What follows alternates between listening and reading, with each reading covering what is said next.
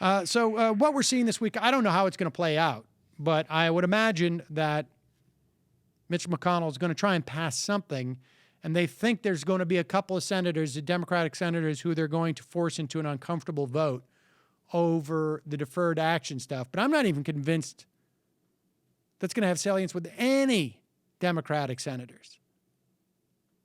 It still amazes me just sort of how the Republican Party didn't seem to have even like a plan B, even a plan A minus, nothing.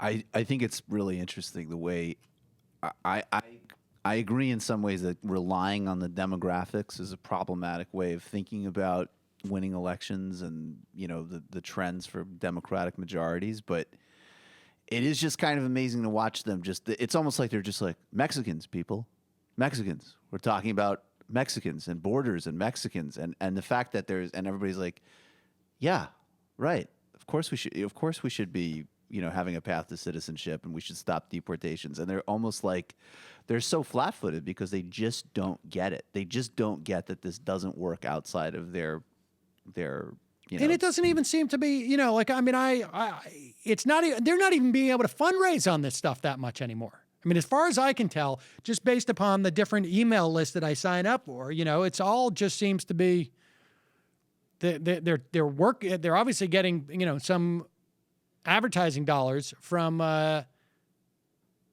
some of the larger telecommunications outfits because it's all this net neutrality.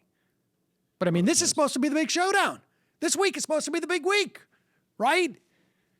This is the big payoff from the Cromnibus. And they got nothing. And what's so ironic is that they had that push right after Romney lost for a couple of weeks, or even people like Sean Hannity were saying, all right, we got to tone down all this anti-immigration stuff. That got pushed back. That failed. Right. And here they are. And they themselves, I mean, even when you have Sean Hannity saying, we need to tone this down, I don't know what more you need to hear. Well, but the point is that their strategy has completely fallen apart.